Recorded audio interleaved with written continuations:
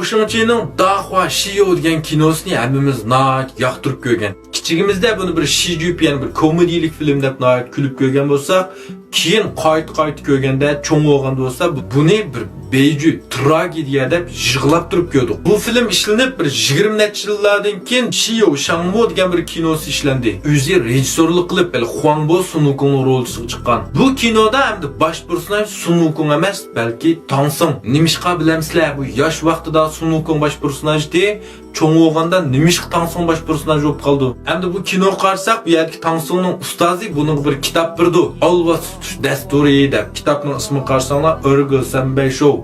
Balalar naqsi. Haqiqatan Alvasini tutvagan vaqtida bu Tangsong eliqinasini tushirib, Ergo Sanbei Show'ni o'qiydi. Yo guay ni wei shima jama huay. Axir qandaqdi chiqib bu naqshamni mendakli satda aytdi-da bu. Shuna bu Alvasning anglisi kelmay urib dastlab og'iz buni qon qilyotdi. Haqiqatan bu yerda mag'lub bo'lib, baliq ustozning yerini qaytib bordi-da, bag'andikini ustoz, sizni xato tanlab qilibsiz. Men bu kasbni xato tanlab qolgan o'xshayman. Faqat mos kelmay degan vaqtning o'zida ustoz buni birli gap qildi. Shu nami choy yegan. Yani azraqlı qaldı, azraqlı bir nuqtani tapsang, tirissang sen g'alba qila olaysan deydi. Keyin bu eng yaxshi ko'rdigan, shuchi ro'lagan Duan Xiaojie buni Sunukong urib o'ltiryotdi. Yaxshi vaqtda bu Duan Xiaojieni quchig'ib shundoq yig'lab turdi, shuning bilan bu so'raydi. Siz meni yaxshi ko'ramsiz deb nurg'un qatim so'rgan. Har qatim so'rganda Tangsong men sizni yaxshi ko'rmayman deb ko'ngliga azor o'tdi. Biroq bu vaqtda men sizni bek yaxshi ko'raman. Men sizni tunchi qatim ko'riblar, yaxshi ko'rib qolgan deydi. Sizning o'lib ketishingizni men qat'iy xohlamayman. Kechiring, men bu gapni sizga kechikib dedim deb qattiq yig'lab ketdi. Duan Xiaojie meni qanchalik yaxshi ko'rsiz desa, ayni yechanyan, ayni yivanyan deb javob berdi. Duan Xiaojie nim deydi? 1000 yil, 10 yil bakshiraq gap, bak uzun gap.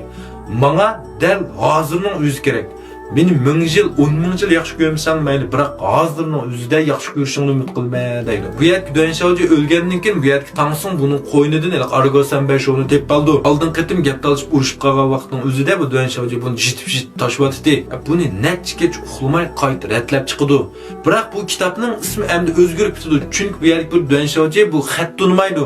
Shuning uchun bu o'zining bilgani o'yincha bu kitobni choplab chiqdi. Qarasa bu kitobning ismi endi Rulay Jinjing. Amita Alqangun dasturi. Shuning bilan bu yerda Tangsong bu kitobni o'qib, endi Sunukongni mag'lub qildi. Biroq mag'lub qilgandan keyin bu Sunukongni mijib o'ltirib atmay, buni oyat qo'yib, shuning bilan bu yerda Sunukong Jubaji Shasonglar bilan nomakli safirini boshlaydi. Endi mushada bu bodak ustoz bilan qaytib ko'rishganda, ustoz buningga yaxshi Shenzhenni Jodoli nega yedigan deydi. Azraq qolgan nuqtani sen endi topa olabsan, seni tabriklayman Shenzhen deydi. Endi bu yerdagi azraq yedigan degan nima desanglar, bir qalbdagi bir hissiyot, bir tuyg'u. Masalan, tan sapasi asosan o'xshash ikki odam velosiped minishni tangli o'rganishni boshlasa, qaysi ishni o'rgana oladi?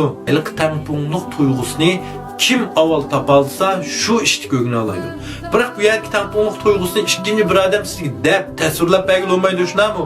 Voy yiqilib ketmoqchi bo'lsang o'ng qil, so'l qil deymiz, yo'q. Lekin bu yerda bu hissiyot, bu tangpungliqni biz o'zimiz tushungan bilan boshqalarga ifodalab berolmaymiz, his qildirolmaymiz. Biroq o'rgangichmi mush yegan degan bosh tuyg'uni tep bergandan keyin o'z bitnak yaxshi minalaydi. Buni boshqalar sana deb bergili, o'rgatib qo'ygili va yoki yuvag'ilmaydi. Faqat o'zimizlar bir his qila olamiz. Hayotdagi har bir ish shundaq. Mayli mashina haydash, mayli velosiped haydash, mayli kitob o'qish, mayli suzish, mayli pul tepish. Bundaqda sizningmi pul tepishdagi mash yegan mush hissiyotni topdingiz bormi? Buningdimi mushundaq bir hissiyot bo'lganini o'ylab baqdingizmi? Masalan, ikkaylan o'xshash bir kasbni qilyapsiz. Siz qarmoq uningda nayt tirishdingiz.